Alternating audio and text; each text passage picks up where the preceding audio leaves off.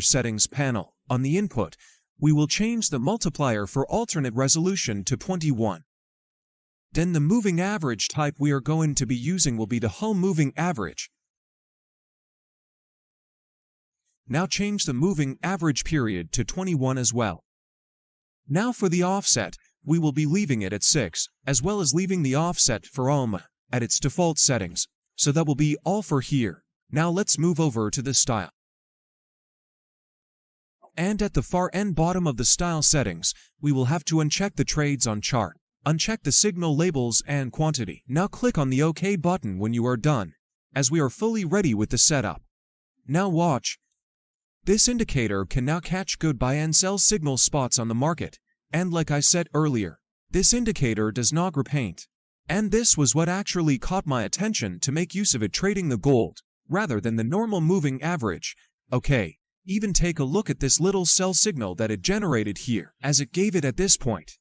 And as we can see, we still had some level of bearish momentum right here.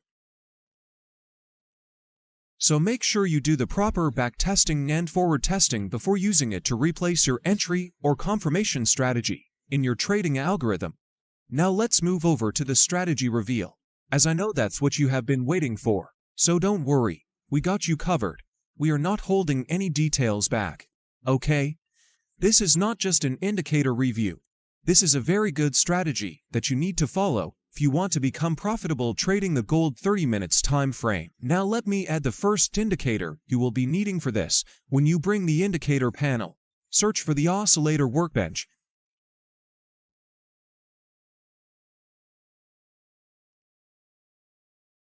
This one right here with editor's pick created by Luff.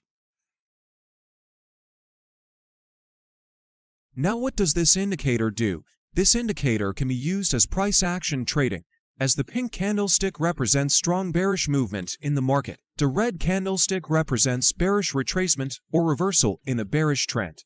The green candlestick represents strong bullish momentum in the market, as well as having the blue candlestick, which represents bullish retracement or possible reversal in a bullish trend.